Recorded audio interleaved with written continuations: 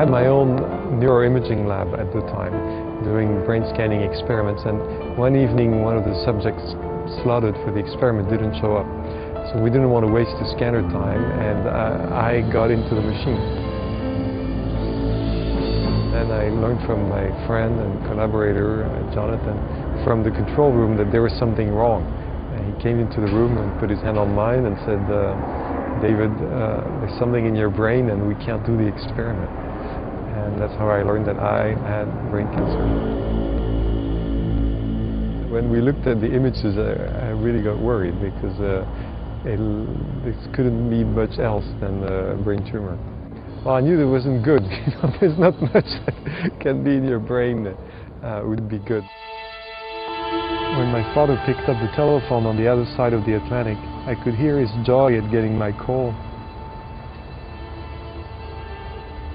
My heart sank.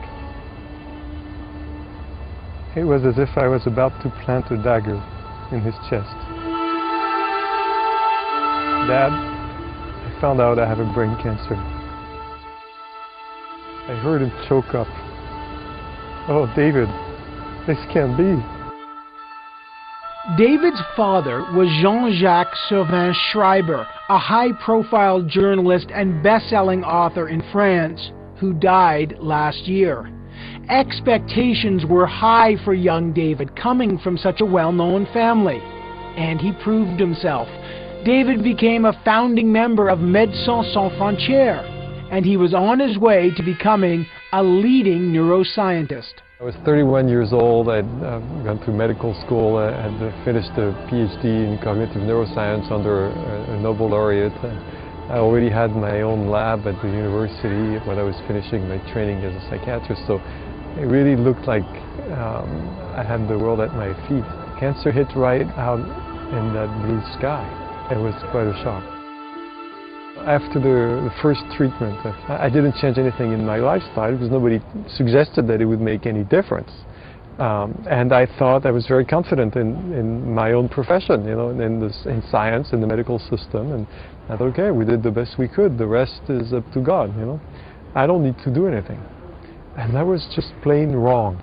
And so David at first continued life as before, drinking his usual 4 Pepsis a day, eating a diet rich in sugar and fat.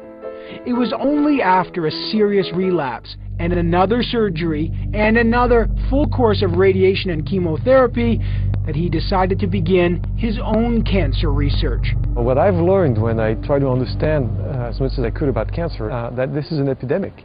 That everybody agrees this is an epidemic. It's not because we're growing older or that we do more systematic detection, because children have more cancers than they ever used to. So something about our way of life is creating this cancer epidemic. So of course it is reversible. We need to change the factors in our environment and in our way of living that promote cancer growth and backtrack, get back to things that are much healthier for our body. The World Cancer Research Foundation issued a report last year that states that an astonishing 40% of cancers in the West are preventable simply by getting a little bit more exercise and making some changes in how we eat. For Servan-Schreiber, that is the key. You might be surprised what he calls the #1 cancer promoter in the West. It's not pollution or pesticides. For Servan-Schreiber, it's sugar. We went from eating 5 kilograms of white sugar per person per year in the 1800s to eating roughly 70 kilograms per person per year in 2000. Now, sugar feeds cancer growth directly. Cancer cells cannot feed on anything else than raw sugar. In fact, to detect cancer in the body, we do a PET scan that measures where does radioactive sugar accumulate in the body.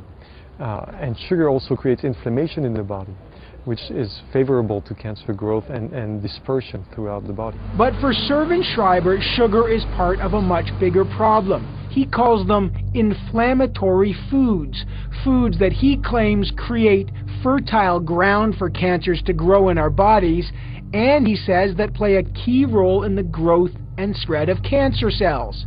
The second thing that is a big factor is the fats in our diet. Trans fats, which everybody's heard about, were invented around 1940 and have spread dramatically since then.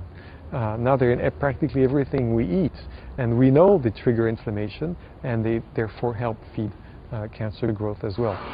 Servan-Schreiber even contends that the industrial production of food, the way we raise our animals for consumption today, produces more cancers.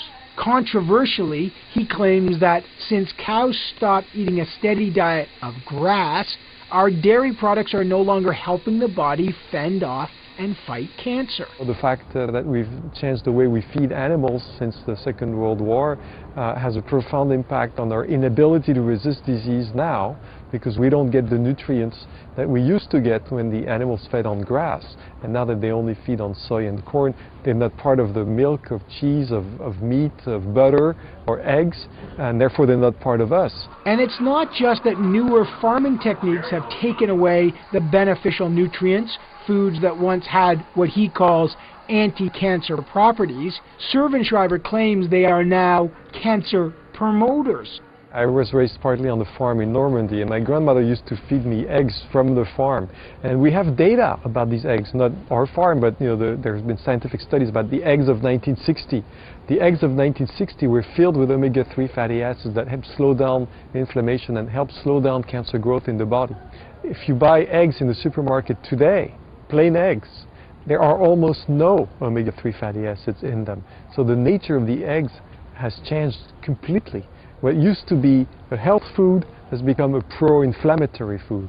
And while we eat more of the foods that Servan-Schreiber says promote cancer, he also says we eat fewer of the foods that fight against the growth of cancer cells. It is well documented that certain kinds of foods that contain very potent anti-cancer phytochemicals, including foods as simple as broccoli, help clean up some of the toxins that are in our body or that we're exposed to from environmental contaminants. Servan-Schreiber's thesis is dramatic, and it doesn't stop at the foods we eat.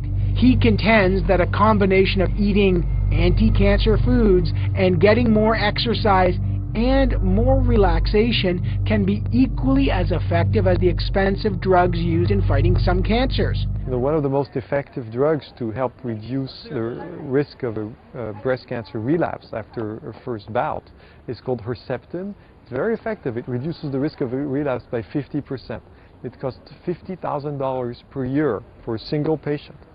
Now, we have studies showing recently that walking 30 minutes 6 times per week reduces the relapse risk after breast cancer by 50%. We haven't heard nearly as much about this, and we hear about Herceptin. And it doesn't stop there. Servan-Schreiber also takes on the controversial subject of cell phones and their electromagnetic fields that we place right next to our brains every time we talk on the phone. We have studies looking at whether people who use their cell phones have more cancers or not. Most of these studies say they don't. But look at how they've been done. They've looked at people who use their phones for less than 10 years in general, because cell phones is such a recent technology. If you had people smoke a pack a day for 10 years, you would see zero effect on lung cancer. In fact, nobody knows anyone who had lung cancer at age 25 or 30, because it takes 15 to 30 years before cancer develops after an exposure of this type. So all of these studies that tell us there's no effect that have lasted less than 10 years are basically worthless. Then there are a few studies that have looked at people who use their phones for more than 10 years and an hour a day or more. And in these people, it finds roughly a doubling of the risk of brain tumors, 100% more. And what precautions does Servan-Schreiber prescribe? Well, he says, among other things, you should keep the phone away from your body, use a speakerphone or a Bluetooth ear device. He says you should use your cell phone sparingly, not for lengthy conversations. And he also says to avoid using it when the signal is weak, and switch ears regularly to avoid long-term exposure on one side of your brain. He also says children under the age of 12 should not use cell phones. So what about his own condition? Well, David Servan-Schreiber's tumor itself has stopped growing, but the genetic analysis of it shows that it still has an aggressive biology. So he says he's still got a shadow hanging over his head. He now says he's going to stick with what he calls his own simple quartet of rules. as I learned to eat differently, to move my body differently, to manage my stress differently, to avoid contaminants in my environment differently, I actually developed a much more vibrant sense of life, a life that was more alive. And I would never go back to living like I used to, independently of cancer, just because life is better this way.